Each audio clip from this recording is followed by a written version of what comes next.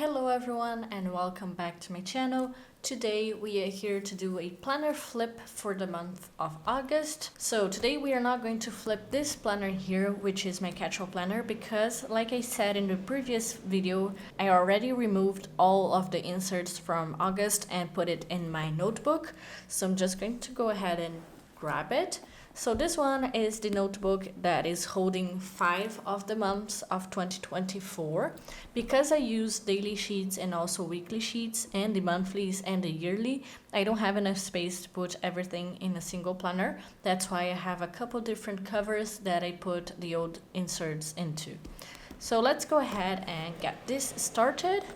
So here we have all of the 5 months that I was talking about. We have May, June, July, August, and September. So today we're going to focus on August.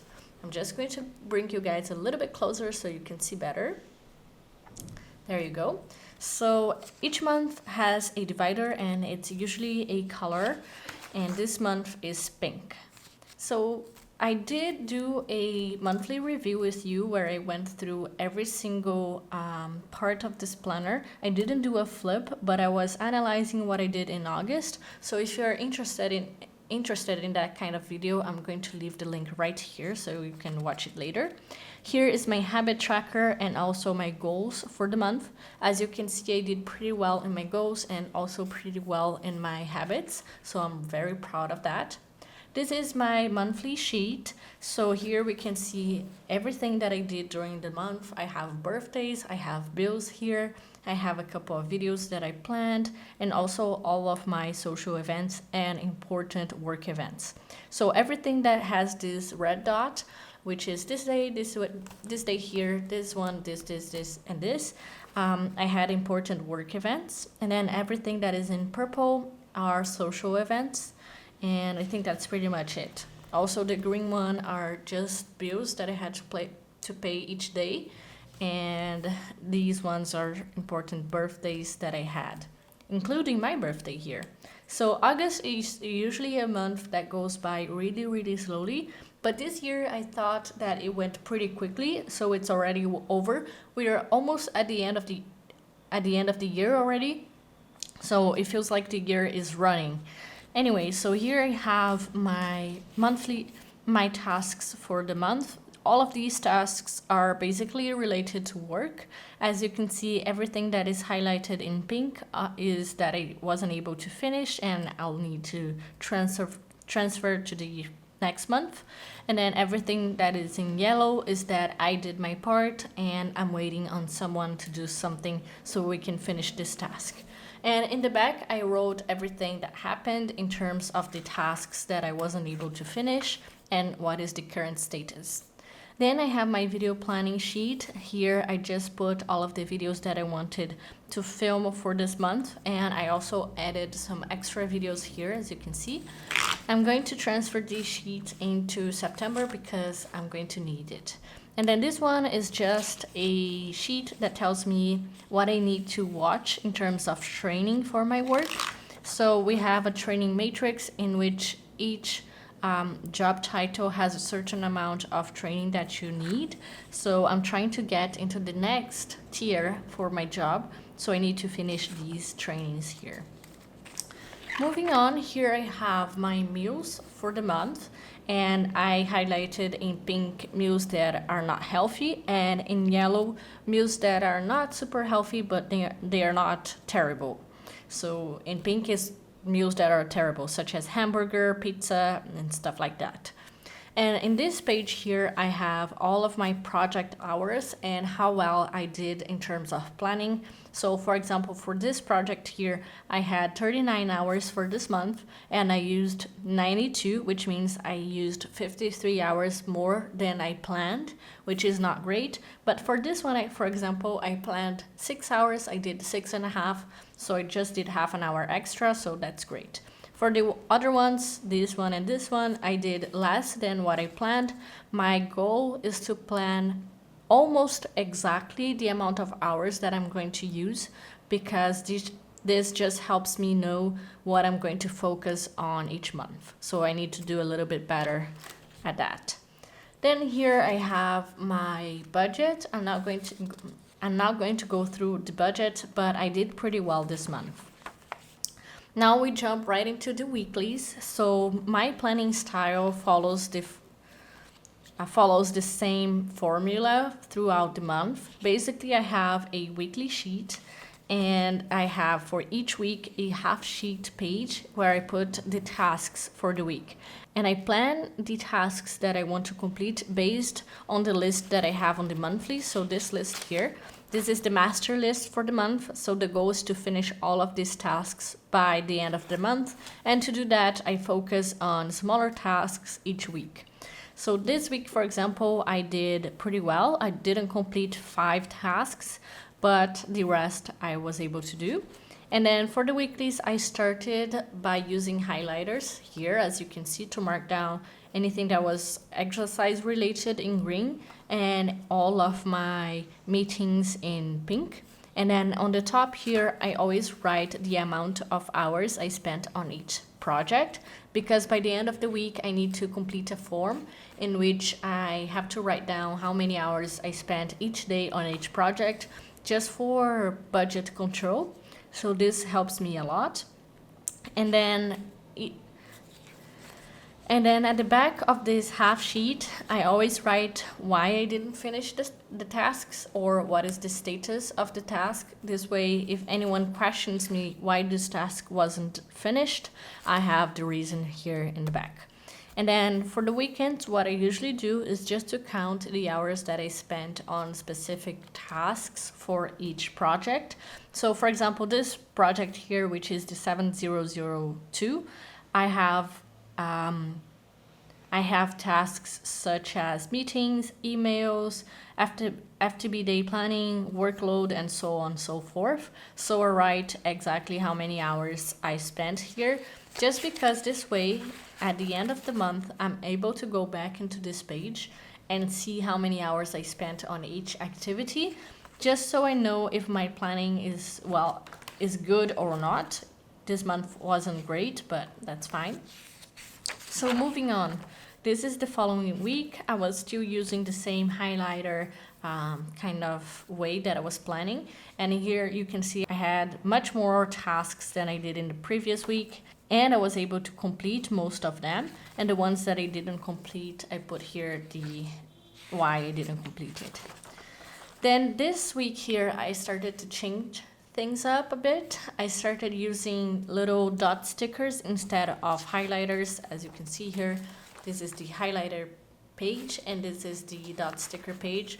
Let me know in the comments which one you prefer. I'm still not sure, but I think I prefer this one. Is a little bit more minimalistic and more clean. But again, I'm not 100% set on any of them. And one thing that I included as well in this week was that recurring tasks like updating a Obeya or updating weekly control, I put in blue, because I need to do these tasks every single week. So it just lets me know that this will have to be performed in the following week as well. So as you can see, that's what it looked like for this week. Then I had this week here, which I used as the same idea. And finally, this is the last week of August. And as you can see, I did pretty much the same thing as well. And always writing here the tasks and at the back why I didn't finish the task. And I think that's a very good thing to do.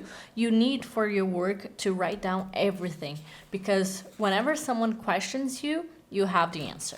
And one thing that I really liked that I only had for the last week of August was this weekly review sheet. This one is a sheet that's going for the 2025 planner. I just received a sample of the sheet, so I started using it this year. And I think I'm going to do this for every single week in the next month. And I'm going to include this also in my weekly review video. So be excited for that, because I think that's going to be very, very nice. And then we get into the daily sheets. So my planning style is writing a lot, and I usually like to have a lot of control over my hours and what I'm doing. So for example, I write down the moment that I start working. For example, here I started at 8, I had lunch at 12, and then I left to work at 5. And what I like to do as well is use this top space here to write down the amount of hours I spent on each task. This way, when I go back into the weeklies and I fill this part up, is much easier. And then this is a very nice layout for the daily sheets because I have space for my hourly events, and I also have space to write down what I was working on during each half hour. And it starts at 5 o'clock and goes until midnight, which is perfect for me. And then it also has space for the tasks. I usually put work tasks here at the top, and at the bottom I put my personal tasks. So I'm just going to go ahead and flip through. As you can see, I started the month using these stickers here, but as you're going to see, I decided to go for a more minimal approach as the days went by. So this was the first week. And then sometimes I also use some kind of sticky notes or something to write important notes. And I also tried to include some kind of summary of the day here on this space that is for notes. Usually on my work days, what I do is to just use this space to glue my paper that I receive whenever I use my badge. So when I get into work, I use my badge, and then I receive a little piece of paper that tells me at what time I start to work. And when I'm about to go home, I also use my badge, and then I get another piece of paper that tells me when I left work. So this is how we count our hours, and if we do some extra, we get paid for that, and if we do less, we get deducted from that. So as you can see, this was the change that I made on the dailies. So I decided to start writing in cursive. Previously, I was writing in this other letter here, as you can see, but I decided to try cursive, and I decided to try stickers in the middle of the page to mark down my meetings and events and so on. So one thing that also changed, and I do that from time to time depending on how many tasks I have each day, is I'm going to prioritize my tasks. So I use the Frankly Covey, I think is the name, method for prioritizing. So we use letters and numbers. Letter A is for the things you have to get done that day. B is for things you should get done for that day, and C is for the things you could get done that day. And then I just put the number for the tasks that I'm going to start with, and so on and so forth. So that's very, very helpful. I like that a lot. And one thing that I started doing as well was start using whiteout, because sometimes I would plan something and that something didn't happen, especially meetings. I have a lot of problems with meetings. As you can see here, I'm just going to show you in terms of the weeklies. So everything that is in this pale pink are the meetings that were already planned when I started the week. And then all the meetings that are in this bright pink are the meetings that just popped up throughout the week. And everything that I crossed out are the meetings that didn't happen, that were canceled or moved. So I do have a problem whenever I pre-plan my days, is that I can put, for example, this meeting here and it doesn't happen. I have to take the sticker out and then I have to white out everything that I wrote. That's why you see a couple of whiteouts throughout the pages. And one thing that I'm trying to get better at is to fill up the weekends. So this, for example, is Saturday, and this is Sunday. I like to fill it up because whenever I go back into the month, I would like to know what I was doing each weekend. So that's something that I'm trying to focus on, and I'm putting some effort into. So it's going to be pretty much the same thing throughout the month.